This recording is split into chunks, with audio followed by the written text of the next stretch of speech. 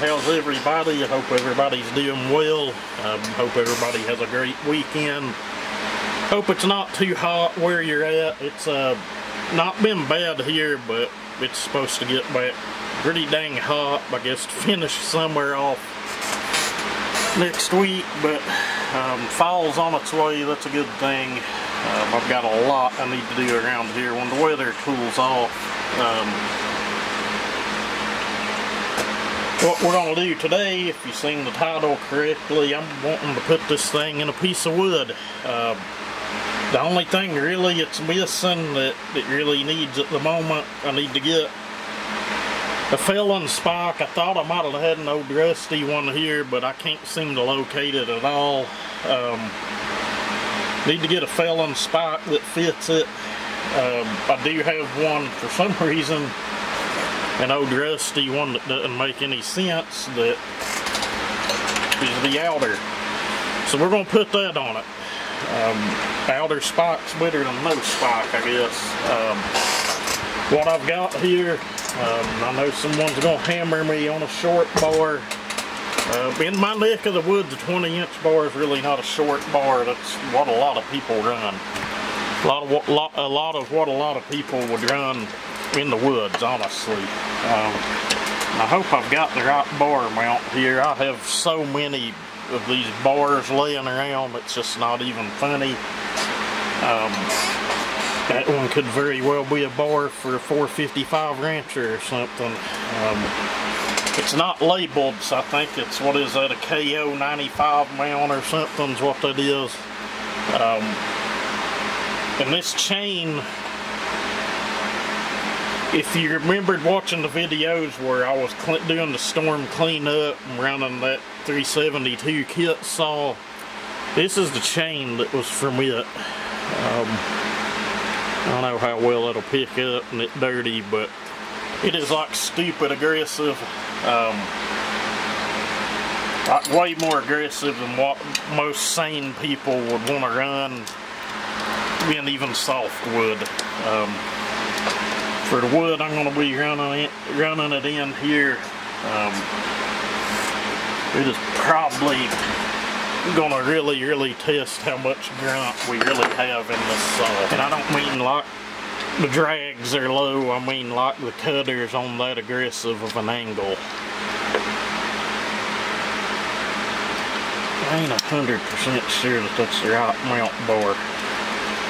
We're about to find out though. We'll see if she goes pulling slack out.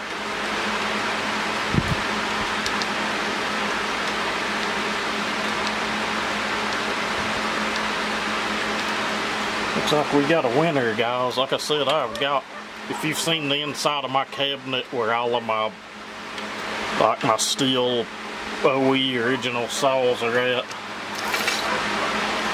I was kind of worried about that old drum. It didn't. I'm gonna get a better drum and put on it. It's a spur, and I put a new bearing in it, but she's seen better days. I think it's good enough to try this out and see what we've got. And hell, I honestly have no idea if the oiler I put in the saw is even any good.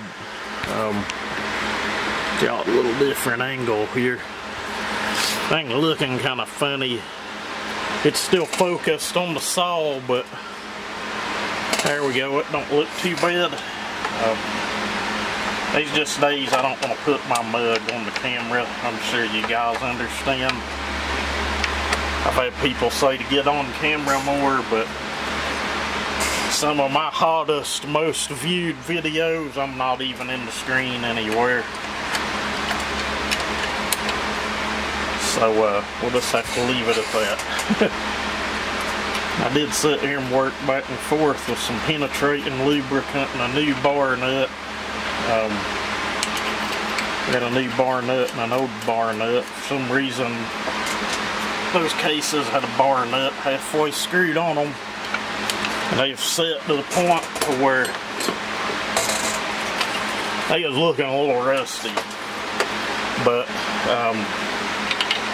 I know some people cringe at that. They're going to call it a short bar. They really cringe when I put a 16 on a 60 plus cc saw. you just have to take into consideration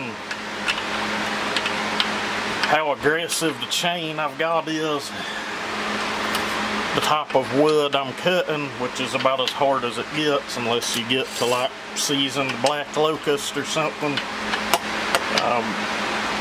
which hell, then you can see sparks flying off of that stuff in most cases. But you have to just take all of that into consideration. I understand people live in different parts of the world, but I will say I have grown to like a 24-inch bar. That ain't too bad. I'm going to leave it a little loose just due to the fact of that drum. And I have no idea whether it's going to oil or not, but we're about to find out. That don't feel too bad. Don't feel too shabby at all. And this chassis of saw, I really don't think it was intended to run maybe any more than a 20, maybe a 24. Just the AV buffers on them are so dang small, and 90% of these you get and tear down. They have like 6 buffers on them, which is good. It makes for a smooth cut, but they are so tiny and so fragile. And 90% of these you get and tear down. The AV buffers are like broke and destroyed. You guys that have fooled with these know the deal. I'm sure if my hand just touches that, it'll trigger. But again, you know, not trying to beat a dead horse on the bar and chain setup, but just look at how much the 20 weighs that thing down. Just imagine a 24 on that. It would have to be a lightweight bar, and it's still gonna, the balance of it's still gonna feel horrible. Honestly, I've got some 18s that I may match up. I've got a 61 and a 272 built. You know, they would probably balance out and feel better than that. But anyway, let me pause you guys, get some oil and some more fuel in this thing, and we'll get her fired up.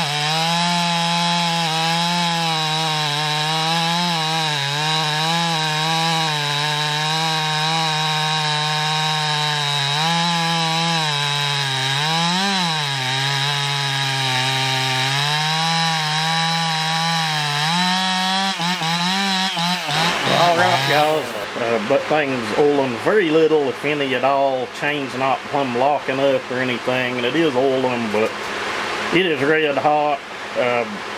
Saw's just not happy at all. It could be that wobbly ass clutch drum as well, but they're a combination of the two. But she just ain't happy at all, and it's like really humid and hot out, and I really just don't want to mess with it anymore. And for that kind of wood, that chain's horrible. Don't set one up that way at all for cutting hard wood. You better have something with a lot of grunt behind it if you do. It's just like stupid hungry and aggressive, and really just needs reground. It was set up to cut softwood, pulpwood, so you know, it's what was hanging in there and what was readily available. And honestly, I wanted to see how it would pull it, but just stupid aggressive, stupid hungry, stupid hardwood. Saw's got some issues, it's got some bugs to work out. I don't know that I'll leave the port work where it's at. It just ain't got enough RPM to suit me. And, you know, with the cylinder of that design, that transfer port design and style, I've never left the roof as low as I did on that.